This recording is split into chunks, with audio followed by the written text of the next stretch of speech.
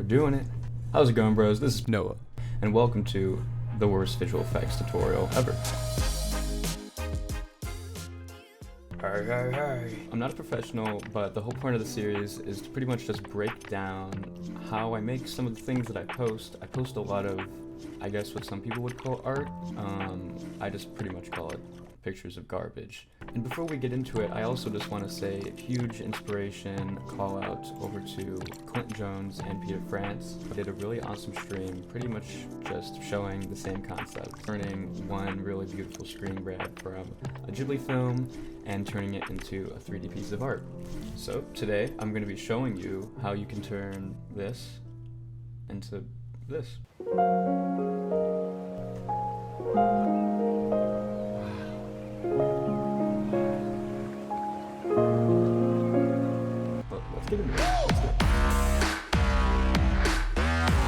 Pretty much whatever I do before I start any of my projects is I'll grab a bunch of different references, whether it be from Pinterest, ArtStation, Instagram, and I like to collect all of my different references. I like to throw them into a program called PureRef.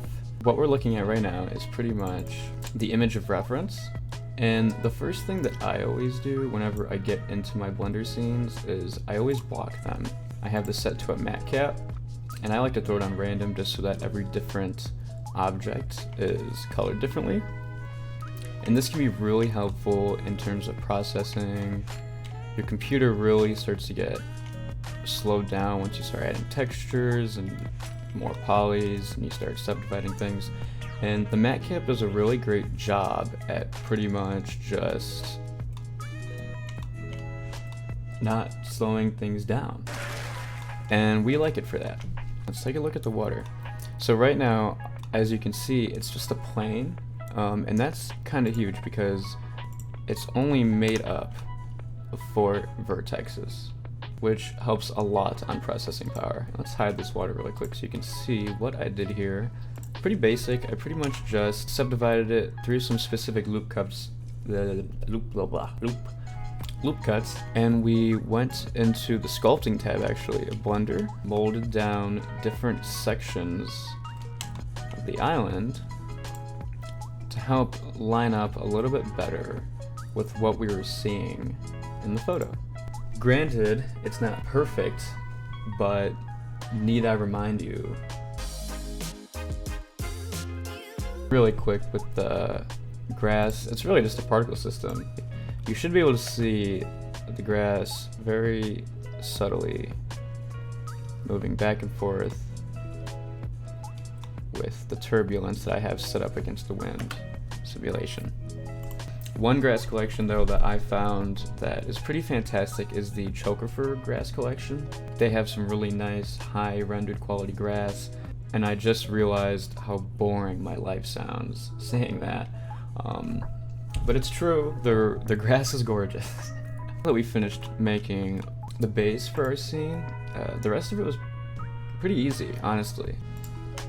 And here's a really cool, easy trick for anyone who wants to just make a house really fast. I will show you what I did. So pretty much just took this plane, got to rotate, let's scale this up so that you can see it nice and big.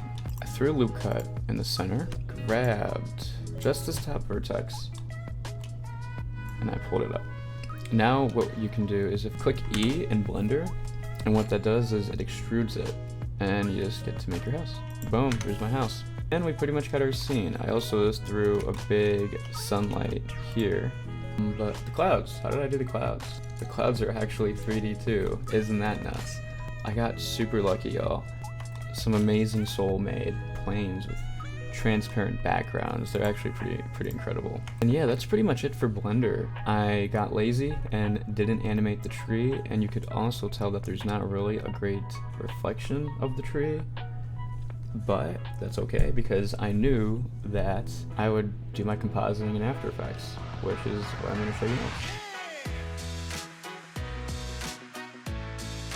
Alright, so now we are in After Effects, and one of the reasons why I knew I wanted to take this into After Effects is because Ghibli movies, they have that, I don't know what it is, it's this kind of just vibe, but doing it in After Effects, it's a breeze. So here is our original render that is amplified by both a glow and a curves adjustment. I also have these different lens textures that I blurred out that just kind of gave it a little bit more life, a little bit more pizzazz, if you will.